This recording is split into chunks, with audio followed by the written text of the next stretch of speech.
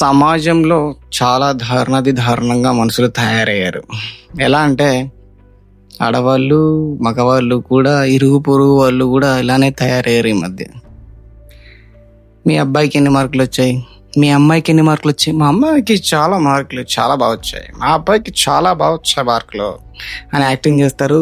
అవతల వాళ్ళ స్కిల్ ఏంటో తెలుసుకోకుండా, వాళ్ళ టాలెంట్ ఏంటో తెలుసుకోకుండా హింసించి వాళ్ళ పేరెంట్స్ ద్వారా వాళ్ళని మానసిక క్షోభకు గురి చేస్తారనమాట. వాళ్ళ టాలెంట్ ఏదో వాళ్ళకి చెప్పేంత స్వేచ్ఛని ఇవ్వకుండా పేరెంట్స్ ఇరుగు పొరుగు వాళ్ళు చేస్తారు. ఈ ఆంటీలకి ఈ అంకుళ్ళకి ఏం పని పాటు ఉంటుందో లేదో తెలియదు, కానీ అదే వాళ్ళ పిల్లలకి మార్కులు తక్కువ వచ్చినప్పుడు వాళ్ళు కూడా ఎంత బాధపడతారు. ఇంటి ఎదురు వాళ్ళు కూడా వాళ్ళని అడిగినప్పుడు ఎంత బాధపడుతుంటారు. ఇలా మానసికంగా ఆ పిల్లలు చాలా బాధపడి సూసైడ్ దాకా వెళ్ళిపోతారు అనమాట. అవతల వాళ్ళ పిల్లలు చచ్చిపోయేటప్పుడు చాలా పెయిన్గా ఉంటుంది. అదే మీ పిల్లలకి కూడా అట్లనే అయిందనుకో, మీరు కూడా అంతే బాధ అనుభవిస్తారు. అందుకే ఎవరిని ఏమనకండి, ఎవరు టాలెంట్ ఆడిది. ధ్వని తరంగాలు ట్రావెల్ అవుతాయని గ్రహం బెల్ చెప్పినప్పుడు ఎవరు నమ్మలేదు. దాని తర్వాత ధ్వని తరంగాలు ట్రావెల్ అయ్యాయి, ఫోన్స్ వచ్చాయి, అన్నీ జరిగాయి. అట్లా ఎవరు టాలెంట్ ఆడిది కొత్త ఆవిష్కరణ. క్యాష్ రూపంలోనే అందరూ వస్తు మార్పిడి పద్ధతి వసూలు తీసుకునేది అని అనుకున్నారు, కానీ ఇప్పుడు ఫోన్పేలు వచ్చేసాయి. ఫోన్పేని కూడా ఆవిష్కరించారు ఇప్పుడు. అలా టెక్నాలజీ ప్రతి ఒక్కటి మారుతుంది. ప్రతి ఒక్కరిలో ఒక టాలెంట్ ఉంటుంది. చేప గాల్లో ఎగరలేదు, గద్ద నీళ్ళలో ఈదలేదు.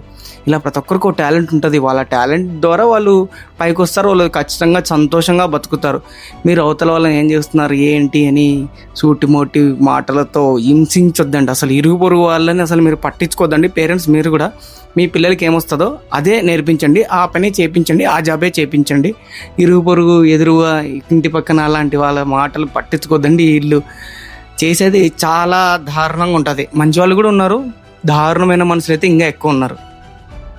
బంధువుల్లో కూడా ఇలాంటి మనుషులు ఉన్నారు. బంధువుల కంటే రా బంధువులు మేలు అనేలాగా బిహేవ్ చేస్తారు. రా బంధువులు అయితే చచ్చిపోయిన తర్వాతనే పీక్క తింటాయి, బంధువులు అయితే బతుకుండగానే పీక్క తింటుంటారు.